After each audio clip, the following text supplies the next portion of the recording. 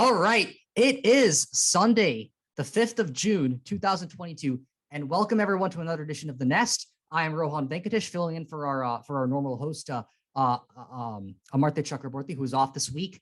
As it's another great week, right, for Boston sports. As we approach summer, we have the Celtics, who have wrapped up Game 1 of the NBA Finals with a stunning fourth quarter comeback against the Golden State Warriors. And they're ready. They're gearing up for Game 2 tonight. And the Red Sox are kind of getting on a better stretch right now as of late, as they've had a tough season, but the last week provides some reason for hope. We'll see. But as usual, I want to bring in my regular on the show, Anirban Chakraborty. So how's it going, Anirban? Hey, going really well, Rohan. Thanks for having me. And of course, we're all really, really happy about that big win that we had on Thursday. And I'm looking forward to discussing what we expect tonight with you. So yeah, I just want to get to that, right? So going back to Game 1, right? During the first three quarters, the Celtics really, really trampled almost, right? They pretty much got crushed in the first quarter. They went into halftime trailing, albeit not by as much as they were trailing by after the end of one. But the Warriors really had their way in the third quarter, and the Celtics really kind of went into the fourth quarter trailing by 12 points, and it really looked like a daunting task. And that first quarter that Steph Curry put up for the Warriors, that even for someone of his caliber, that must have been some sort of record-setting performance because I don't think anything like that's going to be overcome. But the fourth quarter came, and then right there, then came the Celtics, right? That massive attack from an unexpected source, Al Horford, who ended up posting 26 points for the game, right? And during the course of that, the Celtics ended up mounting the second biggest comeback in NBA Finals history among teams that have been going into the fourth quarter trailing. So for reference, the Celtics were trailing by 12 points. They ended up winning by 12. And the biggest comeback ever was only passed by the 1992 Chicago Bulls in Game 6 of that NBA Finals against the Trailblazers. And in that NBA Finals, they trailed by 15 points, and they ended up coming back in that one. So there is some history on the line over here, or maybe if not that, at least this was something of historical proportions. But given all of that, and the kind of epic kind of comeback that the Celtics posted in Game 1, what would you say really speaks to that victory, right? Because Chase Center in San Francisco is supposed to be a fortress, but we've seen the Celtics really get their game up when they're on these road games. So what would you say speaks to their performance on the road compared to their perceived, I would say, lack of performance at home, especially when they feel like they gotta live up to the pressure that their own fans are putting on them. And of course, Game 3 is we're gonna see that unfold in Game 3. But I'm curious to see what your take is on the Celtics Game 1 performance on the road. Yeah, I think like you said, it was just really mind-boggling. And you bring up the road. I mean, we all know this offseason just being so strange how well we've been doing there versus sometimes like dropping games at home. But honestly, if you look at the Bucks and the Heat, for example, we saw that really both teams in those cases really split the games in a lot of those like kind of home away series. Like with the Bucks, we split in Milwaukee, we split in Boston. Same thing with Miami in various points. I think that just kind of goes to, in my opinion, just how evenly matched and competitive these series were, right? Because like, yes, of course, home court should always have some kind of advantage. But I think what we saw in those games is that really, when you look at kind of like the cumulative aggregate, they both went to 7 games. They're both really competitive, especially with Miami. I mean, I think we were all kind of worried in Game 7 that Butler was going to make that shot and send us home. But I think that's kind of a testament, just to how competitive these series have been. And I think that's also what's made them so entertaining to watch, right? I mean, I've got to say, this is like the cumulatively the Celtics playoff run has just been, in my opinion, some of the best exciting basketball in the playoffs I've seen in a long, long time. I don't know what you think about that. I definitely love to second that because if we go back to last series, right, going into Game 7 against Miami, right, before that Game 7 even happened, at that point in the series, both teams were 2-1 on the road. So essentially, the road team had performed better than the home team, and then it got this close, right, to for that to really flip itself on its head, right? As you said, like Jimmy Butler, he was about to make that 3-pointer to really send us home, and then it didn't go through, right? So there is a mixture of skill, luck, and just circumstance, right? that Game 7 victory on the road for the Celtics against the Heat, great performance, but at the end of the day, the Celtics need to get some bounces in their favor. And in that Game 1 performance against the Warriors, I would say that I would say that luck was probably less of a factor, given the fact that the Celtics just kind of really just exploded in the fourth quarter. Granted, I mean, I was kind of surprised by how little playing time Steph Curry got late in the game. I'm surprised that that's something that Coach Kerr did for the Warriors. But you got to catch your breaks when you get them, right? And if Steve Kerr has learned from that, he's probably going to play Steph Curry a lot more in these subsequent games. But at the same time, I'm not really intimidated by that as a Celtics fan, right? Steph Curry, great player and everything. But this team has really shown that they're able to go up against the best and really give them a run for their money. So I don't quite know if I'm really able to deviate from my pre-finals prediction of Warriors in 7, but what that Game 1 performance did really show me is that this is going to be a competitive series, and a 7-game series is the mark of any kind of competitive series, especially if you're taking Game 1 on the road. I would say that this Game 2 kind of has the. I don't want to say it's a must-win because I feel like that's an overstated term in sports, but if the Celtics do take Game 2 on the road, I see that it's pretty hard for them to end up losing this series because they would essentially have to lose the next 4 out of 5, right?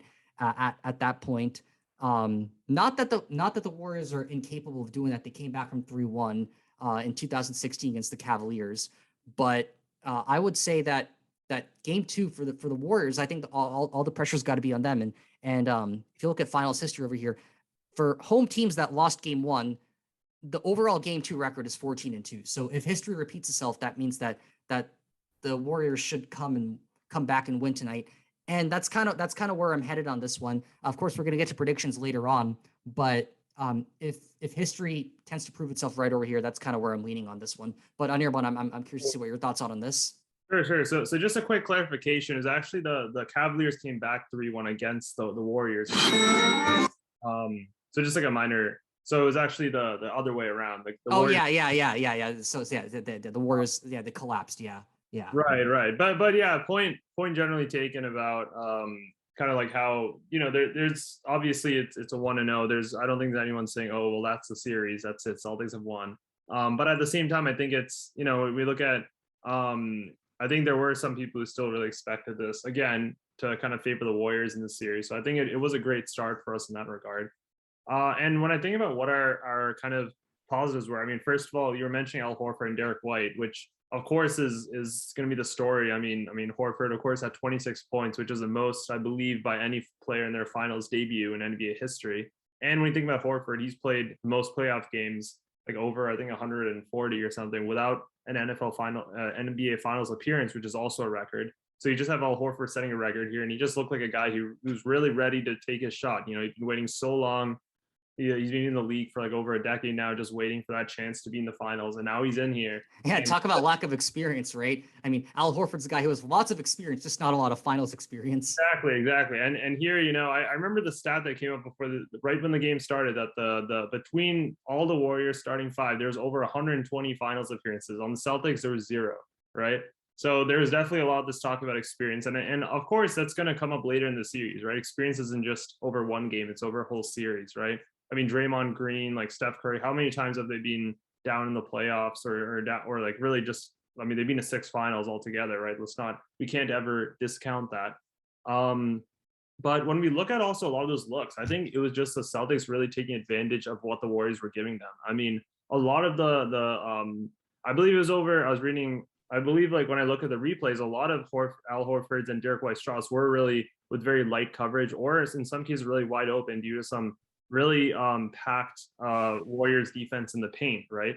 If you look at a lot of our opportunities, a lot of it was kind of like Marcus Smart or Jason Tatum, who got 13 assists. A lot of it was them dishing out to players like Horford and White on the perimeter, who then had really easy shots.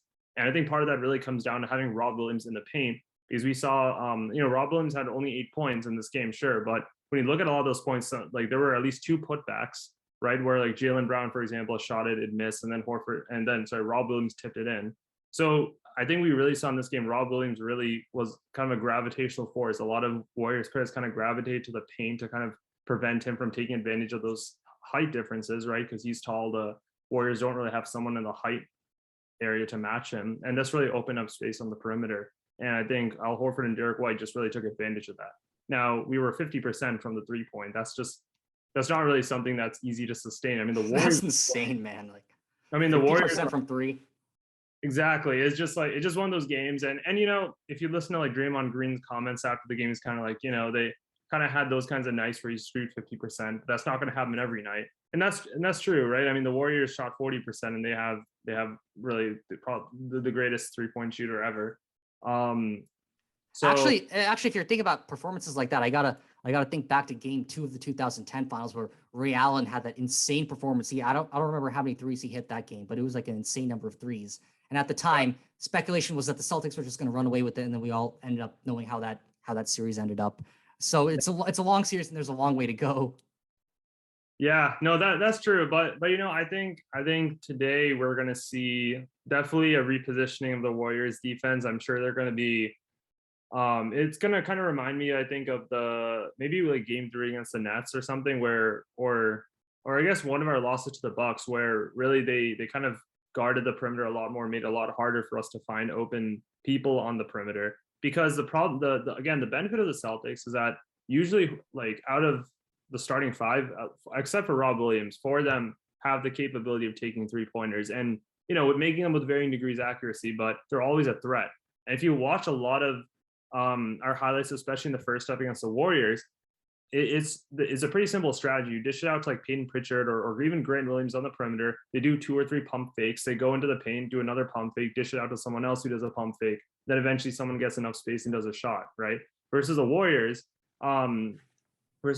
like, not really. I mean, you can play all the great defense that you want against the Warriors, but they'll just somehow shoot it from long range. Right. But my point is, like, when you look at the Warriors, that's not really the way they play. It's really the Celtics who just do all these like kind of pump fakes, and the reason they can do that is because everyone knows that if Grant Williams has a shot, he'll take it. If Derek White has a shot, he'll take it.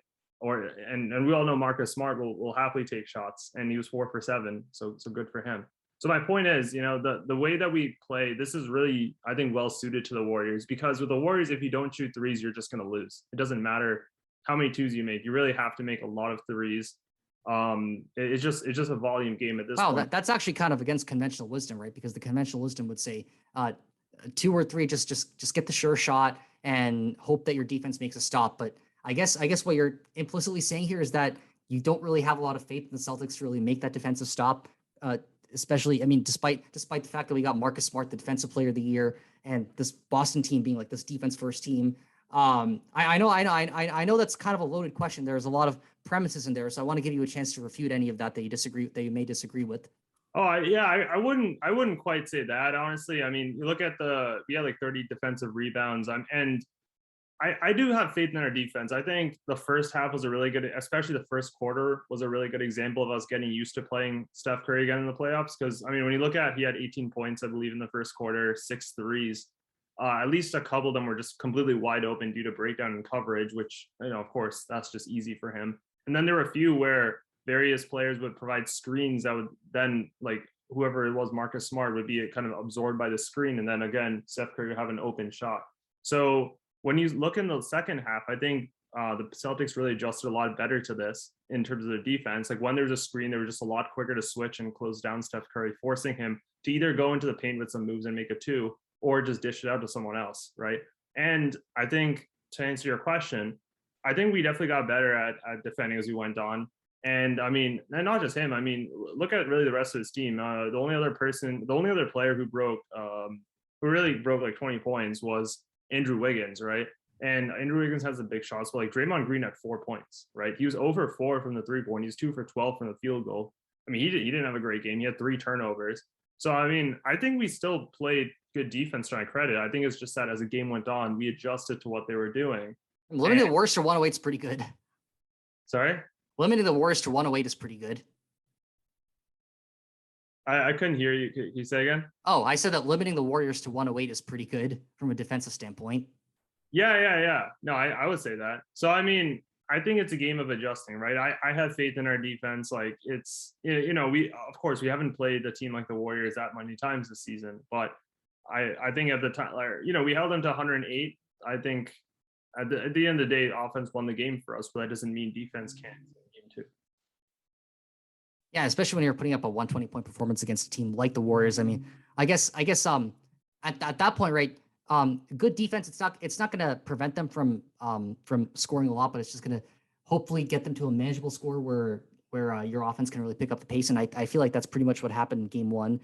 When it comes to game two, though, I really what's really yet to be seen is whether that kind of performance is going to be replicated, right? Granted, I would say that the Warriors are definitely going to be mad, right? That they got to be mad about how they performed and let it slip away last time, right? So they're going to come with all their vigor in game two. And the Celtics, they're just feeling good because they won game one on the road, and home court has effectively shifted back to them. So it's going to be somewhat of an interesting dynamic. I would say that Steve Kerr is probably going to give Steph Curry a lot more playing time. I feel like that was probably one of the factors that played into the Warriors' loss in game one. When it comes to the Celtics, though, I don't really see why they need to really change anything in their game plan right now. I think that whatever they try to pull off in the fourth quarter, I think that's got to be working. At the same time, I see that a performance like that's not going to be sustainable. But if you can get your big guys like, we benefited in large part because Al Horford put up like a stellar performance. But if we can kind of get that similar kind of game from the likes of Tatum and Jaylen Brown and potentially even Daniel Tice, right, if he happens to step into the game. But there's a lot of moving parts and a lot of moving pieces on this team. But for the Warriors, going up against a loaded team like the Warriors, with so many just like a stacked team. In addition to Steph Curry, you got like Klay Thompson, Draymond Green. So that team is also stacked. I don't think that the Warriors are going to drop the first two at home. I just don't see that happening. So why don't I kind of segue this into predictions? And for the reasons that I just mentioned, I don't think that the Celtics are going to take game two, just because I think that the Warriors are too good of a team to drop the first two at home.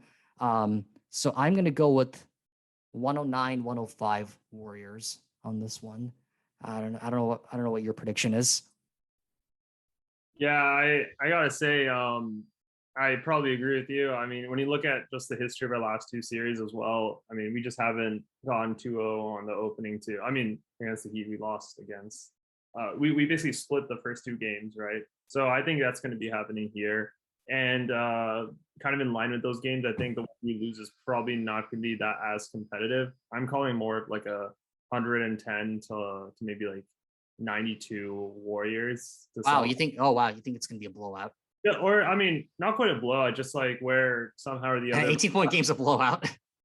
I mean, I can see it as a unless you think a lot of it's going to be scored in garbage time. No, I mean, I'm kind of seeing it as a kind of game where they just kind of pull away in like the I don't know, latter half of the fourth quarter. And before that, it'll be enough to like keep you watching, but probably not really as much as your hopes up. So that's what I'm going to say. But I do want to stress that this is just because this doesn't.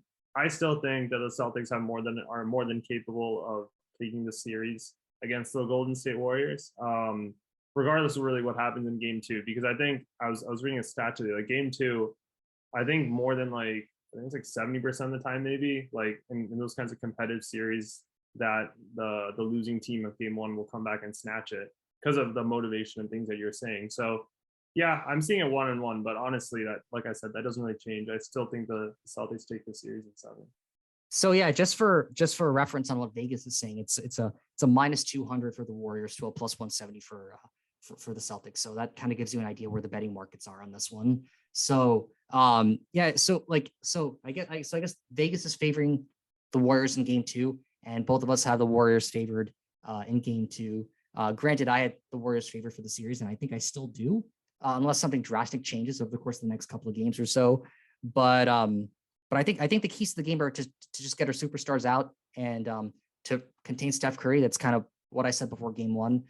But Anirban, unless you have any other thoughts, then I'm looking forward to watching a great game tonight.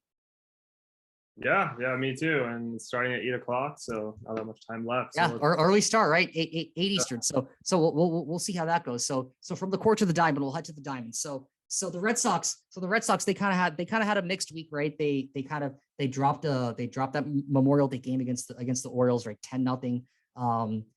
So that pretty much cemented the fact that up until now they still haven't really won a series against the AL East. The bullpen, which has like perennially been an issue, it's kind of like stagnating in the middle of the pack, right?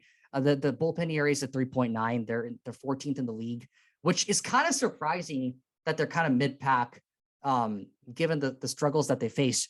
But maybe in some sense, it's a little bit more believable considering that this is a near 500 team. They're 26, 27 right now. I think it's going to be 27 and 27 soon. Hopefully, if they pull off a victory against the AC, I think they're playing as we speak. Anirban, I don't know if you got the score on hand right now, but 5-1 actually. Yeah, Boston Red Sox pulled ahead in the 8th against the. Oh, okay. Okay, so assuming that goes through, the Red Sox are going to be a 500 team. So I guess that's the first step, right? I mean, Alex Corey, he was saying that for a while, like the first step is to get to 500, and then we can think about getting to 5 games over 500, then maybe 10 games over 500.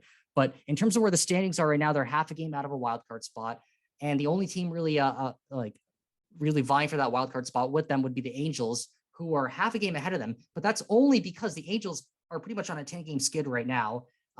So in that last week, the Red Sox, they went 3-2.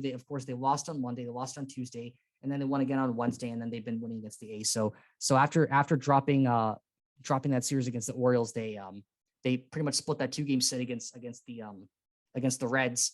That Tuesday game, yeah, it was a loss. It was a tough loss, but I think that's it's not a game where they just played badly. I think it was just a good pitcher's duel, in my opinion. But that 7-1 victory is, I think, something that the Red Sox really needed. And coming into Oakland, I think I was kind of doubtful about whether they were going to be able to really bash on bad teams, because that's pretty much what Oakland is. But so far, it's proven to be that. So do you think this is a for a team that's kind of been struggling? Do you think this is a false bottom, or do you think this is a real bottom?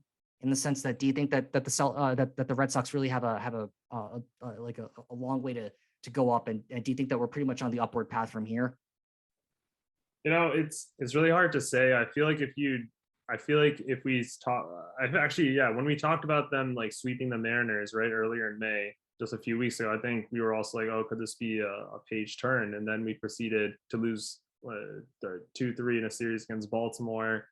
And then we did win the series against Chicago, but I think kind of going back to what you're saying is I just don't really see any reason to look at this kind of series against the Athletics as any more than like our previous series wins in terms of really going above 500 in a consistent way. And I just want to quickly highlight, I mean, you're talking about the bullpen. We all know it's been a little around average, but I mean, I was reading an article by I think it was Over the Monster on SB Nation.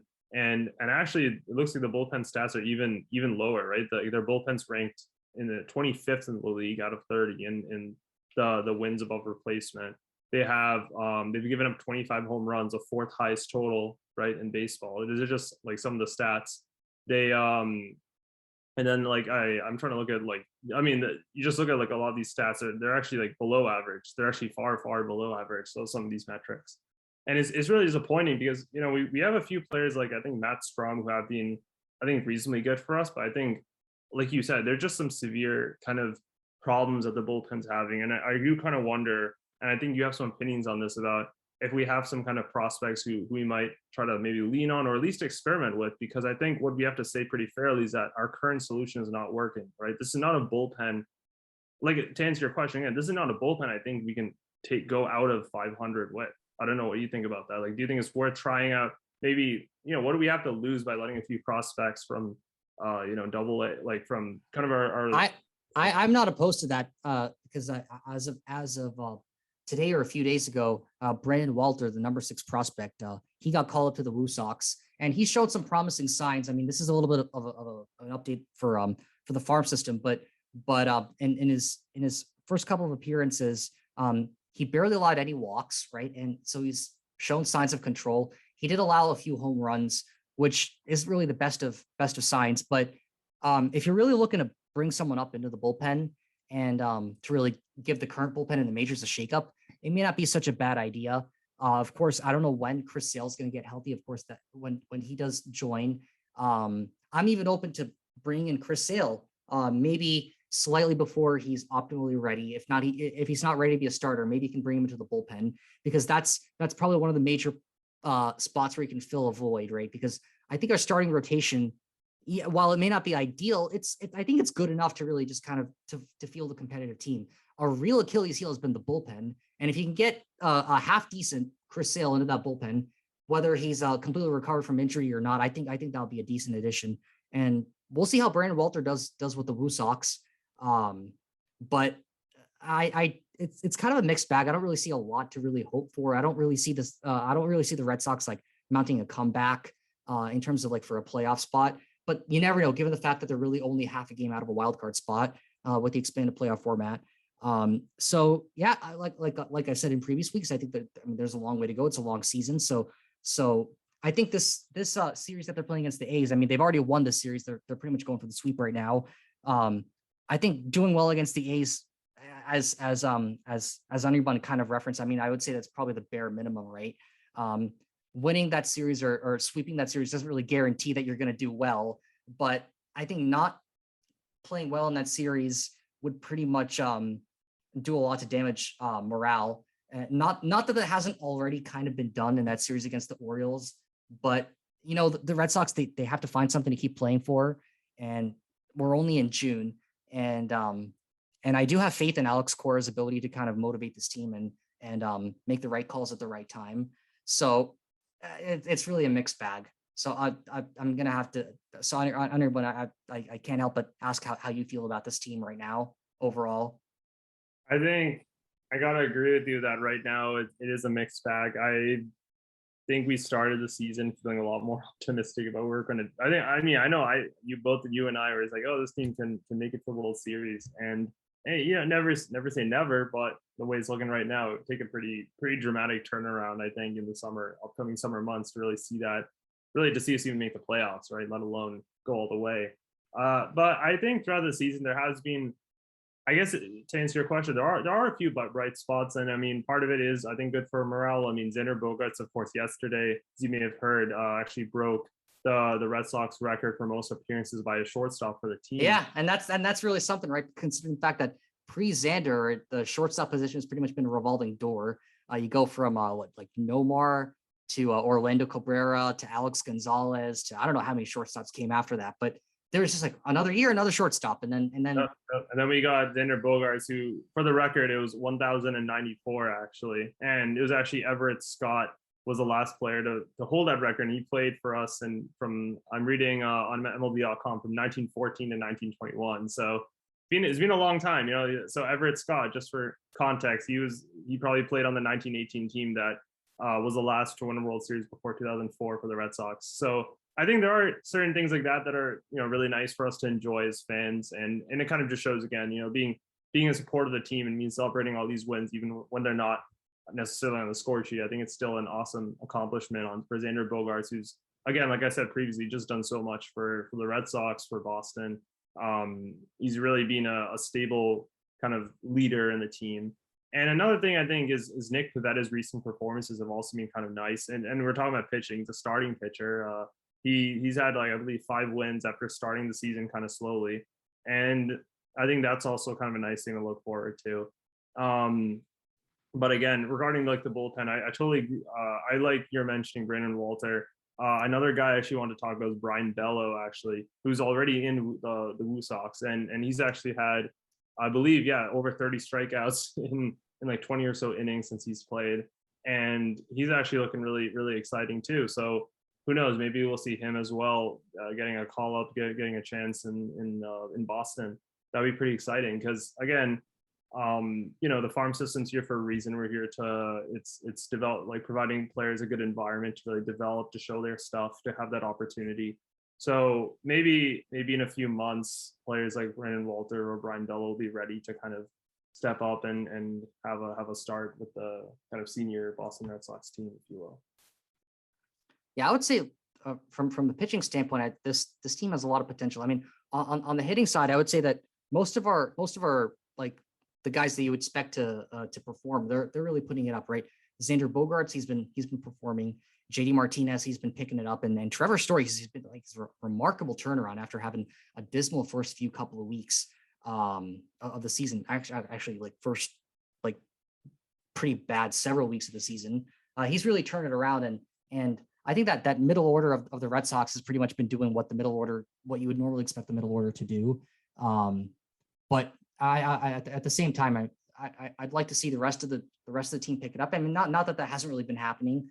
I mean, that is starting to happen, but I'm not really going to feel good about this team until we go in with a 1-run lead in the 8th inning, and I feel confident that we got it in the bag.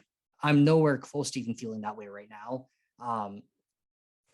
You could have a 4-run, 5-run lead going into the 9th inning, and I'll still be on the edge of my seat. That's not the kind of suspense I want from this team.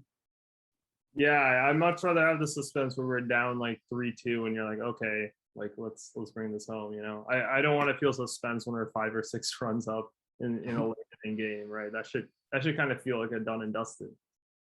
But overall, the Red Sox at 26-27, 4th in the AL East, 12.5 games behind the Yankees, who currently have the best record in baseball right now. So it's going to be a pretty big mountain to climb if there's going to be any hope of competing for the AL East. Half a game out of a wild card spot, though. I mean, that really says something. The fact that there can be a 10-game gap between, a 12-game gap between making a wild card spot and winning the toughest division in baseball just really shows you how big of a gap there could be depending on which division you're in. Because if you're in the AL Central or AL West, there's a good chance that if you're not winning the division, you're not even getting into the playoffs, because that's just it seems like all the wild card teams are pretty much going to be packed in the AL East. At least that's what it looks like right now. That's kind of where it seems to be that things are headed right now, because the AL East that is the toughest division. The hottest team in baseball right now has got to be the Blue Jays, right? They're 8-2 in their last 10. They're pretty much going on a tear, and catching them, they're a resurgent team like that's going to be difficult as well. So I mean, that's pretty much what's going on with the Red Sox and on baseball. And if you don't have anything else to add, I'm just going to quickly drop the fact that although we're kind of in the off season for hockey, we do have the conference finals going on, and both the Eastern and Western Conference finals ended up going up. Have a team up 2-0, right? So the Avs are up 2-0 on the Oilers, and you have the Rangers up 2-0 against the Lightning. So the Lightning, the defending champions, showing some signs of struggling against this Rangers team. And on the Bruins end, we know that Marchand's going to be out for 6 months, so he's probably not going to be back until December, a good few months into that season. We still don't know where Bergeron's going to end up. We still don't know whether he's coming back, but we do know that he has won the Selke Trophy, best defensive forward. It's the 5th of his career. So congratulations to Patrice Bergeron, and best of luck for the Bruins and as they move forward for perhaps a better season next year. And I don't know if you have anything to add to that on your bun, but if you do, great. If we don't, then I guess there's nothing really to talk about for the Patriots, right? Because they're on the off season as well, and there's not really been any major developments out of Foxborough. So I'll hand over the rest of this to you. All right, yeah. I mean that sounds good. I think we touched on really most of the updates here for the Boston sports, I guess. I mean, though I think one quick thing I did want to mention about the Patriots is actually kind of about what we're seeing, because right now we're in the phase, I think, of the Patriots deciding who they're going to keep on their roster for the upcoming kind of season. And one of the kind of interesting pieces, like one of the interesting kind of points right now, is on the role of Jacoby Myers on this team. Because as you know, we brought in Devontae Parker, drafted Tyquan Thornton, and I think we're still giving room for players like Nelson Aguilar to continue. So I think that is one thing to keep an eye on. I do want to mention, of course, I'm very biased here because Jacoby Myers is really one of my favorite New England players. I think he's really fun to watch, and I'd love for him to stay and have a even bigger role in the upcoming season next to like Henry Bourne and Devontae Parker and whatnot. But I just wanted to mention that really quickly. So, but yeah, I guess if that's it.